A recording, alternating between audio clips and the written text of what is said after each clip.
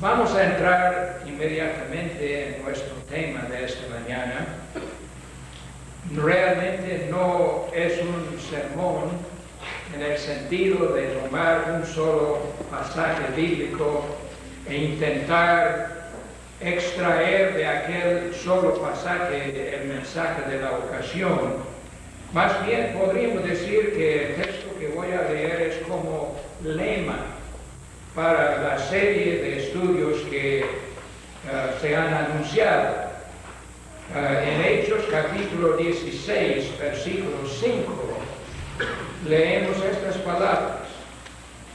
Así que las iglesias eran confirmadas en la fe y aumentaban en número cada día. Y es un buen texto lema para la serie de estudios que estaremos haciendo, porque de inmediato relaciona dos cosas muy importantes, que son la confirmación en la fe de los creyentes y la ganancia de almas nuevas para el Señor. En otras palabras, se sugiere en este texto que para ser útiles en el evangelismo, en la obra personal, en atraer a nuevas personas a una experiencia personal con Dios, es importante que nosotros mismos, los que ya somos creyentes, estemos firmes, consolidados en nuestra propia experiencia y fe. La confirmación es un término que se ha usado de distintas maneras en distintas agrupaciones denominadas cristianas. Y en varios de estos grupos, por confirmación se entiende un rito, una ceremonia, un evento, pero en el sentido bíblico del término, no es tanto un evento como un proceso que se inicia con un evento, el evento de la conversión, pero un proceso que no termina en toda la vida del creyente. El mismo apóstol Pablo, a quien creo que todos nosotros convendríamos en decir que era un creyente maduro, un creyente que sabía quién era y por qué lo era, después de casi 20 años de ministerio apostólico, el mismo apóstol Pablo dijo: hermanos, yo no me doy cuenta de haberlo ya alcanzado, sino prosigo para ver si logro asir aquello para lo cual me echó mano el Señor. Y hermanos, si el mismo apóstol Pablo no pensaba que todavía se lo había aprendido todo, que entonces todos nosotros seguramente tenemos que sentir que todavía nos falta camino que andar con el Señor. Entonces es en esto de la confirmación, la consolidación, el desenvolvimiento y el crecimiento espiritual en que vamos a estar meditando durante esta serie de estudios. Ahora, la confirmación es necesaria y hay cuando menos tres razones bíblicas que nos hacen entender la urgente necesidad de que cada creyente en el Señor se desenvuelva, que crezca, que progrese cada vez hacia mayor madurez espiritual.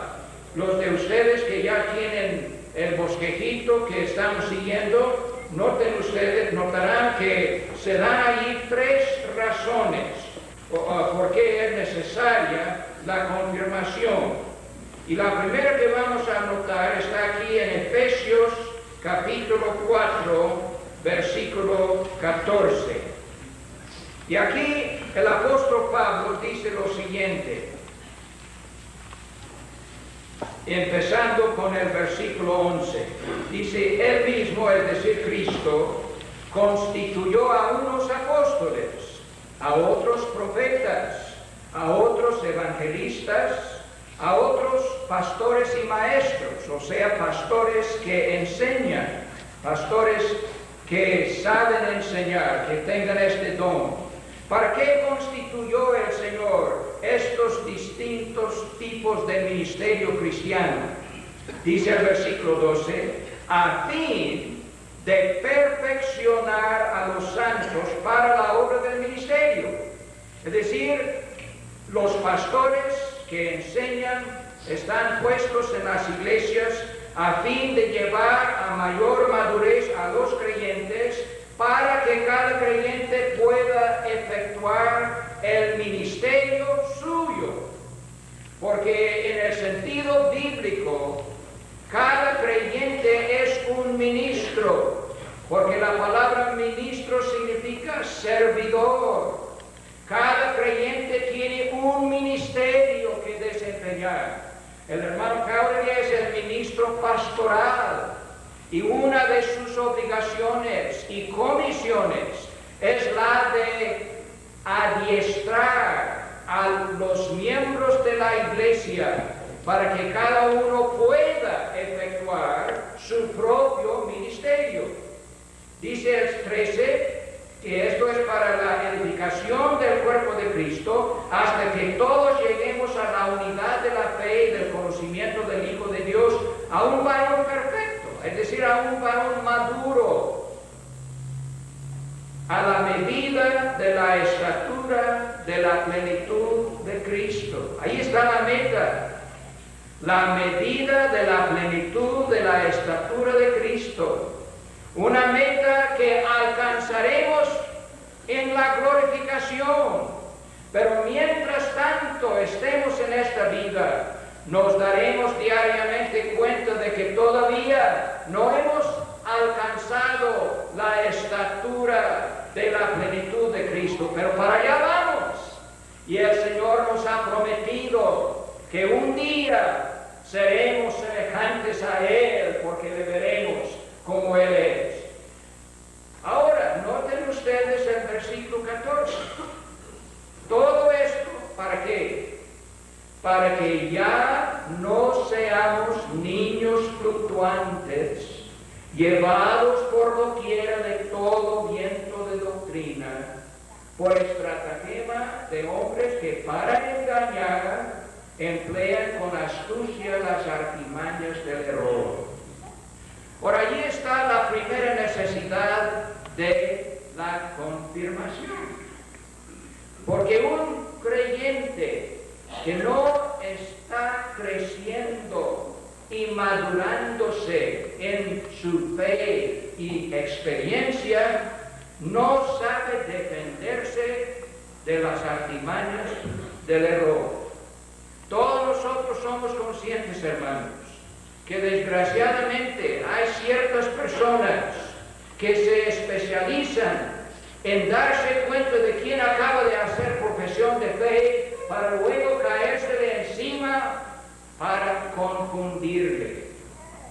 Y el nuevo creyente todavía no sabe mucha Biblia, todavía no ha caminado largo trecho con su Señor, y sin ser confirmado en su fe, no sabrá defenderse de las artimañas del error. Entonces, la confirmación no es artículo de lujo, sino de primerísima necesidad. Luego, hay otra razón. En la carta a los Hebreos, capítulo 5, versículo 12, el autor inspirado se estaba lamentando de la falta de madurez en algunos de los hermanos a quienes escribió su carta. Y aquí en Hebreos 5:12 dice, porque debiendo ser ya maestros después de tanto tiempo, tenéis necesidad de que se os vuelva enseñar cuáles son los primeros rudimentos de las palabras de Dios. Y habéis llegado a ser tales que tenéis necesidad de leche y no de alimento sólido. Pero noten la primera frase, porque debiendo ser ya maestros. Pero no lo eran. ¿Por qué? Porque no habían sido confirmados en su fe, no se habían desenvuelto en su experiencia. Un creyente no confirmado es un creyente que no solo no sabe defenderse a sí mismo, sino también es incapaz de compartir, de enseñar a otras personas. Somos salvos para compartir nuestra fe, pero si no crecemos en madurez espiritual, seremos ineptos para compartir la palabra del Señor. Y luego, hermanos, el apóstol Pablo dijo, lo peor todavía está por verse. No solo la falta de confirmación nos impide defendernos, no solo nos hace ineptos para enseñar a otros, pero aquí en 1 Corintios capítulo 3, el apóstol Pablo dice algo muy serio. Capítulo 3, versículos 1 al 3.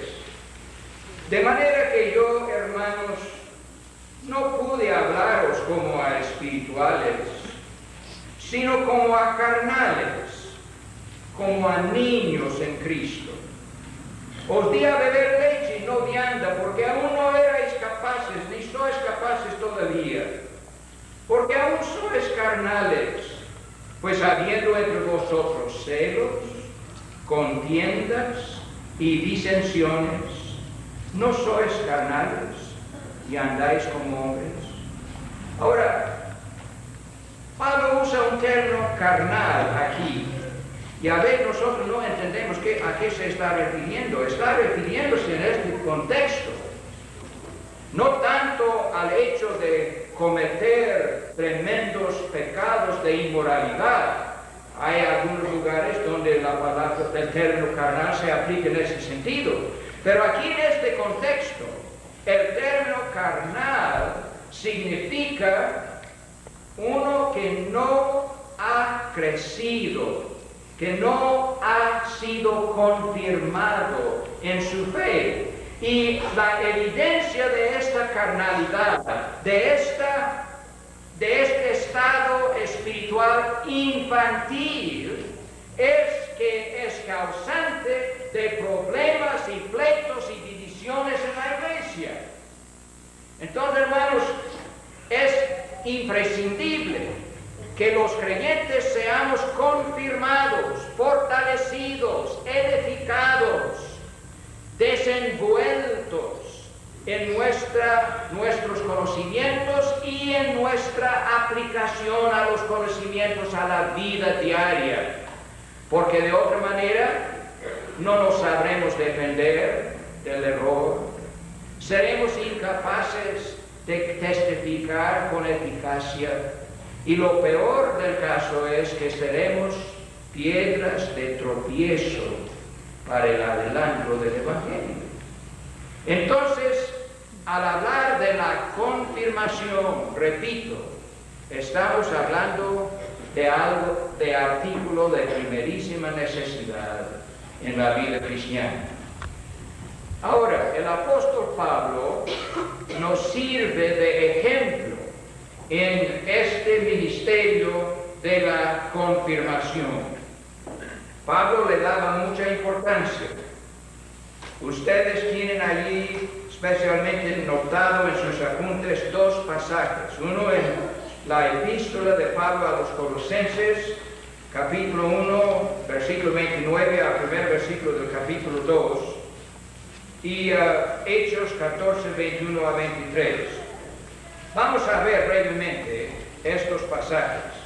Aquí en Colosenses capítulo 1, el apóstol Pablo nos indica cuán importante era para él este aspecto de su ministerio apostólico. Pablo evangelizaba, sí, pero Pablo confirmaba a los evangelizados. Y notamos aquí en Colosenses capítulo 1, el versículo 27 en adelante, dice: a quienes Dios quiso dar a conocer las riquezas de la gloria de este ministerio entre los gentiles, que es Cristo en vosotros, la esperanza de gloria. ¿A quién? A Cristo anunciamos, amonestando a todo hombre y enseñando a todo hombre en toda sabiduría, a fin de presentar perfecto. Ahora, la palabra perfecto aquí significa maduro. A fin de presentar maduro en Cristo Jesús a todo hombre. Y luego noten lo que sigue: para lo cual también trabajo. Pero esta palabra trabajo aquí significa hago faena. No es que yo desempeñe un trabajito que no me cuesta mucho esfuerzo. Está diciendo: yo vacío el alma en confirmar a los nuevos creyentes, en ayudarles a madurarse en su fe. Hago faena, luchando según la potencia de Él. Y esta palabra luchando en el idioma en que Pablo escribió es agonizomai. ¿De dónde viene nuestra palabra castellana agonía? Es la palabra que se usaba entre los griegos para describir los esfuerzos tremendos de los atletas que competían en los Juegos Olímpicos. Así trabajaba Pablo en el ministerio de la confirmación. Hacía faena. Pablo luchaba con intensidad para ver crecimiento espiritual. Luego sigue el versículo 1 de 2, capítulo 2, porque quiero que sepáis cuán grande lucha sostengo por vosotros y por los que están en la Odisea y por todos los que nunca han visto mi rostro.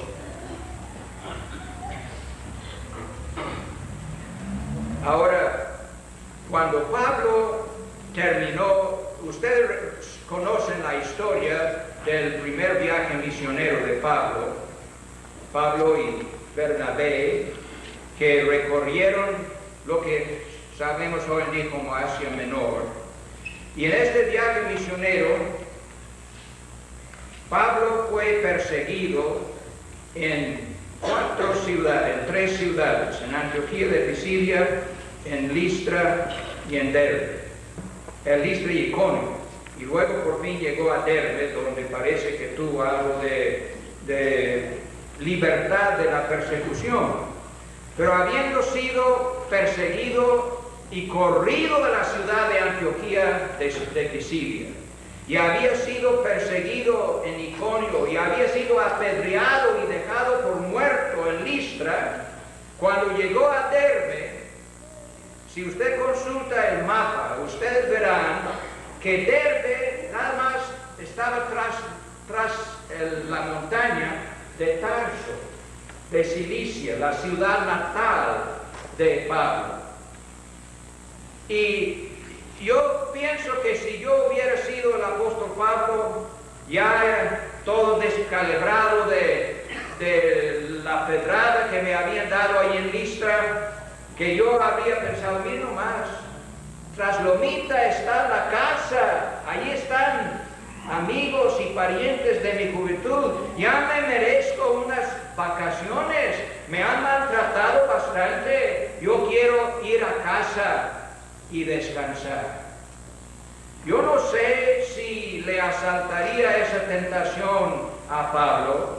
Lo que sé es que él no tomó el camino corto para regresar a Antioquía. Ese era el camino corto: pasar la sierra derechito a Antioquía de Siria. Pero Pablo no tomó el camino corto.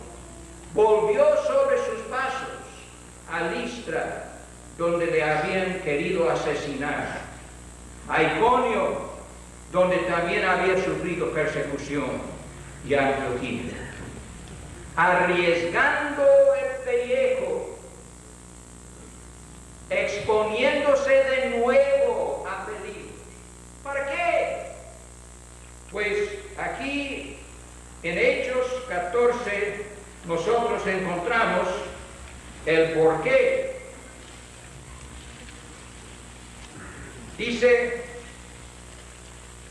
y después de anunciar el evangelio a aquella ciudad, la ciudad de Derbe, y de hacer muchos discípulos, volvieron a Listra, a Iconio y a Antioquía, confirmando los ánimos de los discípulos, exhortándoles a que permaneciesen en la fe, y diciéndoles: es necesario que a través de muchas tribulaciones entremos en el reino de Dios.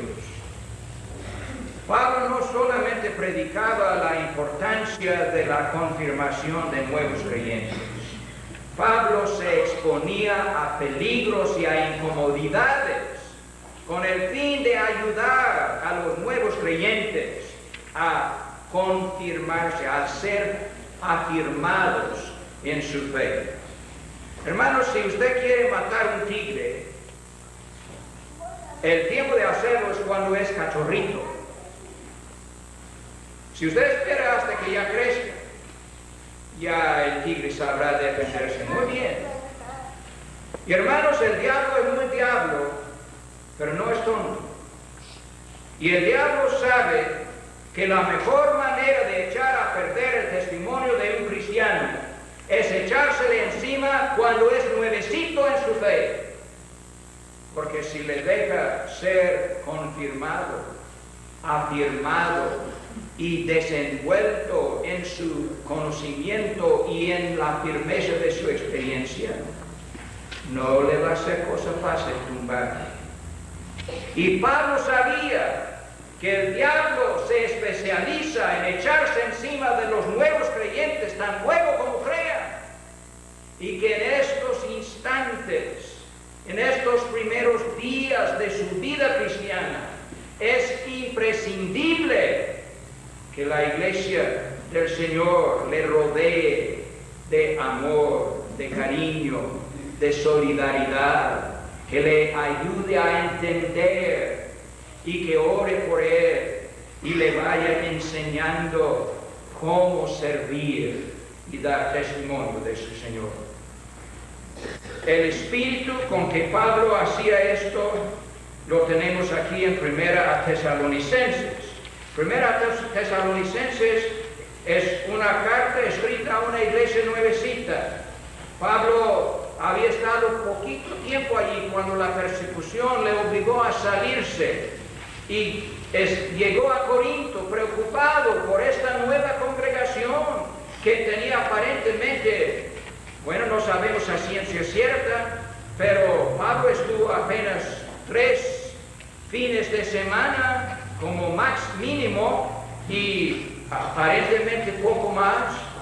La iglesia era nuevecita, tendría cuando más unos 3 meses de existencia cuando Pablo tuvo que salir.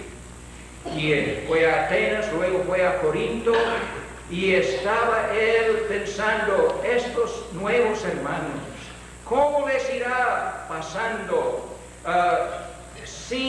No tenía Nuevo Testamento, todavía no se había escrito el Nuevo Testamento. Pablo les escribió 1 o 2 cartas que llegaron a formar parte de nuestro Nuevo Testamento. Pero estos hermanos estaban muy exentos, muy privados de auxilios con que nosotros contamos hoy en día. Entonces Pablo les escribió en gran parte para suplir esta necesidad, y en el versículo 7 Pablo dice: el espíritu con que él procuraba ministrarles, fuimos tiernos entre vosotros, como la nodriza que cuida con ternura a sus propios hijos. Hermanos, la confirmación no puede ser llevada a cabo con espíritu de altanería, con espíritu de que yo ya me lo sé todo y pobrecito de usted que no sabe nada, ni con espíritu de juicio.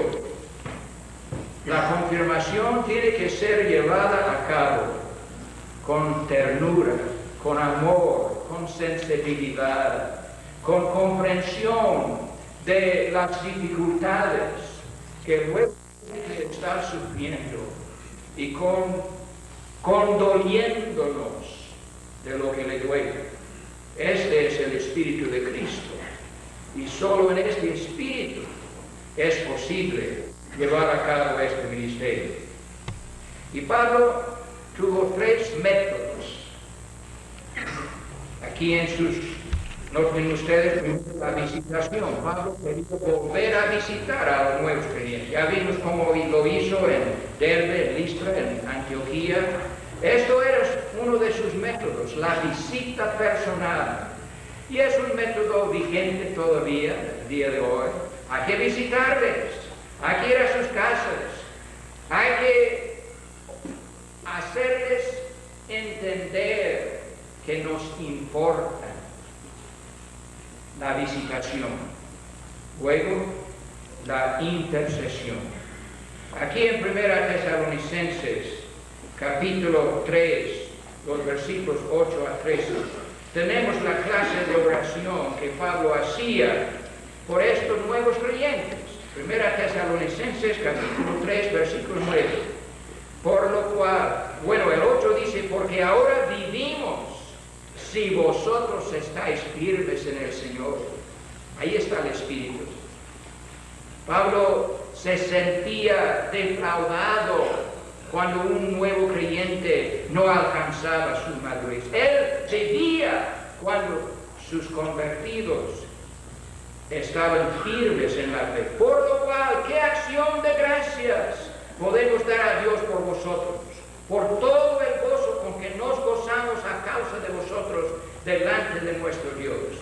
Pablo daba gracias a Dios por ellos, orando de noche y de día con gran insistencia para que veamos vuestro rostro y completemos lo que falte a vuestra fe. Hermanos, la oración es un misterio, pero Dios ha ordenado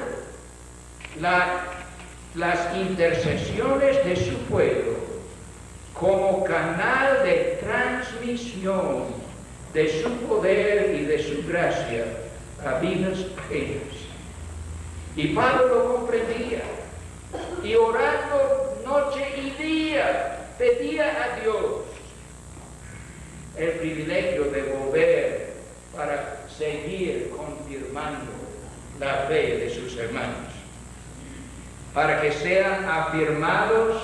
Bueno, y oraba, dice el 12, y el Señor os haga crecer y abundar en amor unos para con otros y para con todos, como también lo hacemos nosotros para con vosotros, para que sean afirmados vuestros corazones, irreprensibles en santidad delante de Dios nuestro Padre, en la venida de nuestro Señor Jesucristo. Tengo 2 hijos criados aquí en México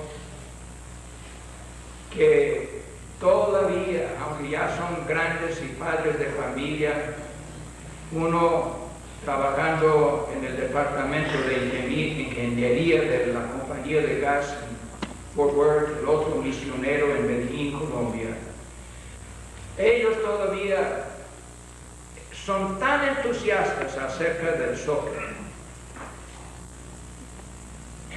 Yo me crié en Estados Unidos, donde no se jugaba el soccer, el fútbol mexicano, se jugaba otro tipo. Y yo recuerdo cómo me interesaba cuando mis muchachos me llevaron al estadio allí en Guadalajara para ver los juegos de fútbol. Esto que se llama tiro de esquina. Ustedes lo saben mejor que yo. Pero allí, cuando salió de la cancha la pelota, uno le tira la pelota y ahí enfrente del gol está otro jugador que procura darle un cabezazo y meter el gol. Ahora, Pablo estuvo impedido en ir a visitar de nuevo a los nuevos creyentes allí, pero él mandó a Timoteo en su lugar. Es decir, Pablo estaba fuera de la cancha. Él no podía meter el gol, pero le mandó el tiro de esquina a Timoteo y él le dio el cabezazo para confirmar a los nuevos creyentes. Es decir, Pablo sabía enviar mensajeros que hicieran lo que él no era capaz de hacer. Ahora, esta es la razón porque el hermano Cauergue, según yo entiendo el anuncio, tiene una clase aquí en la iglesia con pastores de misiones, con misioneros de la congregación. Ahora, el hermano Cauergue es muy buena gente, yo no tengo nada en contra de él, pero como ser humano, él no puede estar en todos los lugares al mismo tiempo. Él no puede personalmente confirmar a todos los nuevos creyentes que sean ganados por los ministerios de la iglesia, por el testimonio de ustedes. Entonces él necesita preparar otros hermanos que en representación de su pastorado vayan para hacer la obra de confirmación. En otras palabras, se trata de un ministerio tan amplio y tan urgente que ningún pastor, por bien preparado y consagrado que sea, puede dar abasto a toda la demanda de este precioso ministerio de la confirmación. Y en el mensaje de esta noche vamos a ir viendo algunas de las maneras en que nosotros todos tenemos que involucrarnos en este precioso ministerio.